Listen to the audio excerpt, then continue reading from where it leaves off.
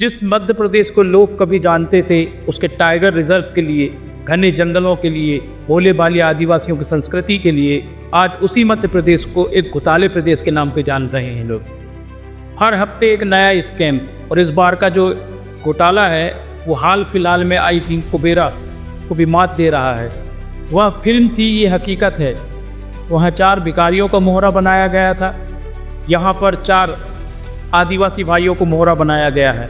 उनके नाम से 1135 एकड़ की ज़मीन लूट ली गई है। झुग्गियों में रहने वाले आदिवासियों के नाम में करोड़ों की ज़मीन है, और इन सब खेल का मास्टरमाइंड कोई अंडरवर्ल्ड से नहीं बल्कि एक बीजेपी के विधायक हैं, माननीय संजय पाठक जी हैं। नमस्कार, मैं राहुल ठाकुर, और आज एक्सपोज करने जा रहे हैं हम मध्य प्रदेश के सबसे बड़े ज़मीन घोटाले को, 1135 एकड़ आदिवासी ज़मीन घोटाला। कौन है संजय पाठक? भाजपा के ताकतवर विधायक, पूर्व खनिज मंत्री, अरबपति और अब मनी लॉन्ड्रिंग और ज़मीन घोटाले के केंद्र हैं, जो एमपी के विजय राघवगढ़ जिला कटनी से विधायक हैं। क्या है पूरा घोटाला, आइए वो भी जानते हैं। 4 आदिवासी, नत्थू कौल, प्रहलाद कौल, राकेश गौड़, रघुराज सिंह गौड़, इन भोले भाले आदिवासियों के नाम पर दर्ज है 135 एकड़ की ज़मीन। लिया कहाँ है ये भी देखते हैं। कटनी, इंदौरी, उमरिया, बजाक, पिपरिया और अनेकों जगह पर जो है इनके नाम से ज़मीन लिए हुए। अब आपके मन में यह सवाल आ रहा होगा कि आखिर ये व्यक्ति है कौन? ये चारों व्यक्ति जो हैं विधायक संजय पाठक जी के यहाँ काम करने वाले लोग हैं। आइए ये भी देखते हैं कि इनके नाम से कितनी ज़मीनें जो है ली गई हैं। नत्थू कौल के जो नाम पे है 369.7 एकड़ की ज़मीन जो है ली गई है।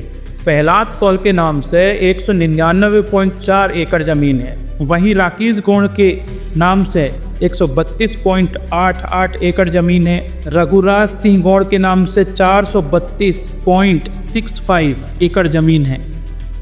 पैटर्न क्या है ये समझते हैं। पाठक जी की एक कंपनी इन आदिवासियों के खाते में पैसे डालती है, उस पैसे से ज़मीन खरीदी जाती है, और फिर वही ज़मीन को जो है पाठक जी की दूसरी कंपनी को बेच दिया जाता है। कुल मिलाकर घूम फिर के पैसा पाठक जी के पास आ जाता है, और यही है मनी लॉन्ड्रिंग। चलिए जानते हैं कि इस घोटाले के बारे में किसने खुलासा किया है और कहाँ से इसकी शुरुआत हुई है। इस चीज़ को समझने के लिए हम ये जानते हैं कि पहले शिकायत कहाँ डाली गई है। इस पूरे घोटाले को उजागर किया है एक सामाजिक कार्यकर्ता ने। उनका नाम है दीपांशु मिश्रा उर्फ अंशु मिश्रा। उन्होंने 180 पेज की शिकायत तैयार की है। 9 जून को एसपी कटनी को, इसके बाद एडिशनल एसपी संतोष डारिया को जांच सौंप दी गई है। ईडी को भी शिकायत दी गई है, भोपाल में और दिल्ली में भी, और साथ ही अनुसूचित जनजाति आयोग दिल्ली को भी शिकायत दी गई है।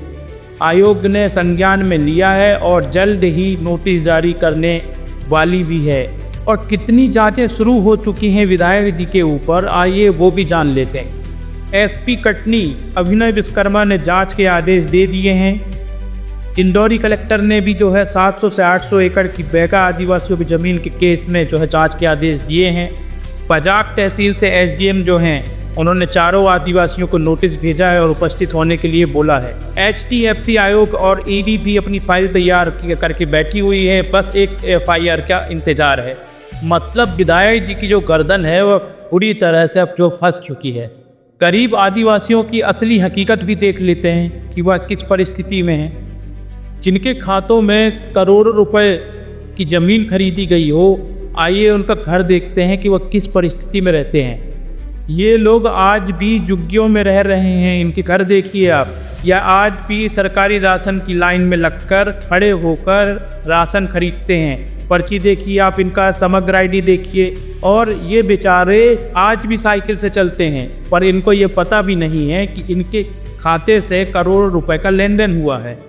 यानी करोड़ों का लेन देन हुआ है खाते से, और आज भी गरीब हैं। क्या यही है आदिवासी सशक्तिकरण का मॉडल? अब जरा बात कर लेते हैं संविधान की। इस मामले में संविधान क्या कहता है? किसी भी आदिवासी की ज़मीन गैर आदिवासी व्यक्ति ज़मीन नहीं खरीद सकता है। यह कानून बना है 5वीं अनुसूची में।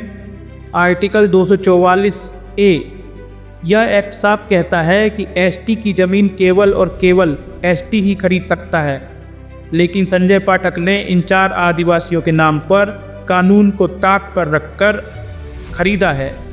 और यह सब खुलेआम हुआ है सिस्टम के आगे, शासन प्रशासन के आगे, और मध्य प्रदेश की सरकार तब भी चुप है। अब फैसला आप लोगों के हाथों में है। क्या आप अब भी चुप रहेंगे और ऐसे सिस्टम और सरकार को सहते रहेंगे? क्या आदिवासियों के साथ ऐसे ही अत्याचार होता रहेगा और उनके नाम पर सिर्फ घोटाले होते रहेंगे?